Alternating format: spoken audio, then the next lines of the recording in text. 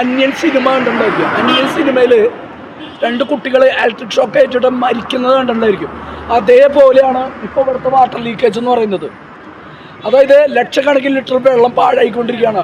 പാഴായിരുന്നത് ഒഴുകിപ്പോകുന്നത് ട്രാൻസ്ഫോമറിൻ്റെ അടിയിലേക്കാണ്. Shortage ഉണ്ടായിട്ട് ആൾക്കാർക്ക് മരണം ഉണ്ടാകാനുള്ള സാധ്യതയുണ്ട്. 6 മാസത്തിന് മുകളിലായിട്ട് ഈ വാട്ടർ ലീക്കേജ് ഇവിടെ ഉണ്ട്. ഓക്കെ, നമ്മൾ പലവട്ടം കംപ്ലൈൻറ്റ് ചെയ്തിട്ടോ യാതൊരു രീതിയിലുള്ള പരിഹാരമില്ല.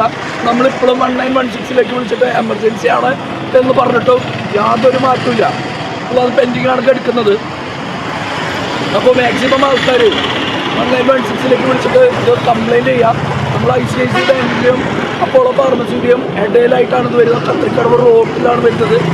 പബ്ലിക് സർവീസ് കമ്മീഷൻ്റെ ഓഫീസിൻ്റെ മുന്നിലാണ്. പബ്ലിക് സർവീസ് കമ്മീഷൻ്റെ ആൾ നിരന്തരമായിട്ട് പോകുന്ന റൂട്ടാണ്. ഓക്കെ, എന്നിട്ടും ഇതിന് യാതൊരു പരിഹാരമില്ല.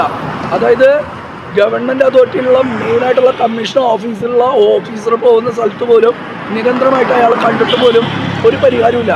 അപ്പോൾ പ്രതിബദ്ധത, നമുക്കുള്ള പ്രതിബദ്ധത പോലും ഇവിടെയുള്ള ഓഫീസേഴ്സിന് ഇല്ല എന്നുള്ളതിൻ്റെ എന്താ പറയുക തെളിവും കൂടിയാണ്. അപ്പോൾ ഓക്കെ, ബൈ.